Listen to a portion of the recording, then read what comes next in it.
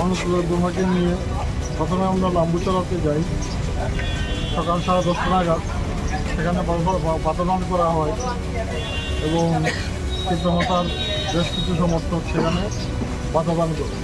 পরবর্তী সময়ে আমরা ব্যাক করে সেখান থেকে লাম্বুচড়াতে প্রচার আমরা করতে পারিনি। শ্রীরামপুরের উদ্দেশ্যে আমরা যাই। আনন্দবাজার যাওয়ার পরে একদল দুষ্কৃতী সংখ্যায় 200-র উপর হবে, দা, লাঠি,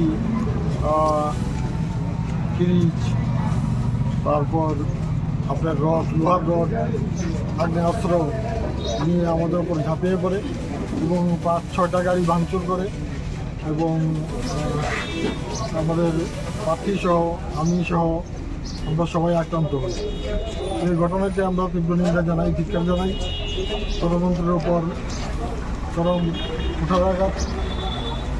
এই অবস্থায় নির্বাচন চলতে পারে না।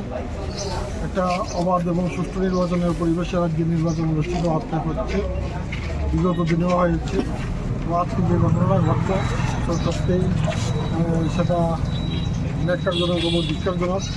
চিত্রমাতার সমর্থকরা, উগ্র সমর্থকরা এই ঘটনাটা সংঘটিত করেছে এবং আমাদের উপরে হামলে পড়েছে। প্রার্থী নির্বাচনের প্রচারে বাধা এবং বিভিন্ন জায়গায় আমরা ফ্ল্যাগ, পোস্টার যেগুলো রয়েছে সেগুলো ফেলে দেওয়া হয়েছে। এক কথায় নির্বাচনের প্রচারে যত রকম বাধা সৃষ্টি করা যায় সব রকম বাধা তারা সৃষ্টি করে একতরফাভাবে। বিজেপি পাল্টা কোনো প্রতিরোধ করেনি। আমরা আপনাদের মাধ্যমে রাজ্যবাসীর উদ্দেশ্যে বলতে চাই, চিত্রমাতার যে দলটা রয়েছে সেটা সম্পূর্ণ গুন্ডাগিরির দল এবং হিংস্রতা তাদের মধ্যে বিরাজমান। তাদের তারা মানুষকে মানুষ বলে গণ্য করে না। তারা ফাঁসা বলে, কিন্তু ফাঁসাকেই আক্রমণ করছে, জনজাতির উপরে আক্রমণ হচ্ছে। আমার প্রার্থী আক্রান্ত হয়েছে। তো এই অবস্থায়